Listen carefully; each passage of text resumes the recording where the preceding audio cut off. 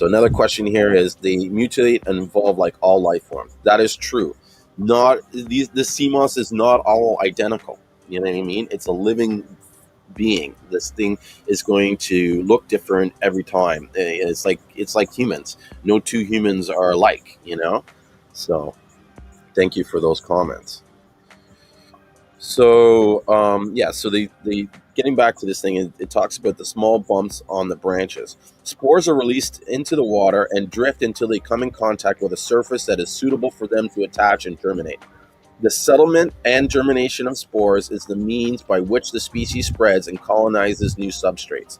The most common substrates for spore settlements are rocks, stones, dead corals, and shells, but some species can be found growing on almost anything, such as discarded cloth, plastic, tires, ropes, bricks, and wood. While the plants are growing, they may change color.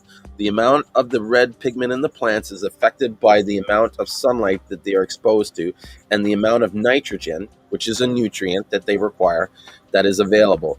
Bright sunlight bleaches the plants to a pale straw color. A good supply of nitrogen, for example, from runoff after heavy rain, allows the plants to produce more of the red pigment. Thus, at any time, the final appearance of the plants is a balance between the effects of sunlight and nutrient availability. This is often seen on bushy lines where the upper plants may be very pale, but the shaded plants on the underside of the line may be deep red. If the shaded plants are also pale, then most likely has a low nitrogen available for the growth. Okay, so nitrogen is exceptionally important when they are growing because they use the nitrogen to convert into the different minerals that they have.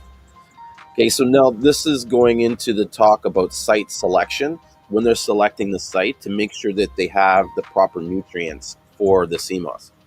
So the different sea moss species grow wild in a variety of habitats, and it is not always possible to farm them in their natural habitat. On exposed windward coasts, where some of the Garcilaria species are harvested, the water may be too rough for installing lines on rafts or stakes. As the opposite extreme, very sheltered bays may not have enough water movement to keep plants free of sediment, particularly after heavy rainfall when runoff from land carries large amounts of mud and silt into the sea.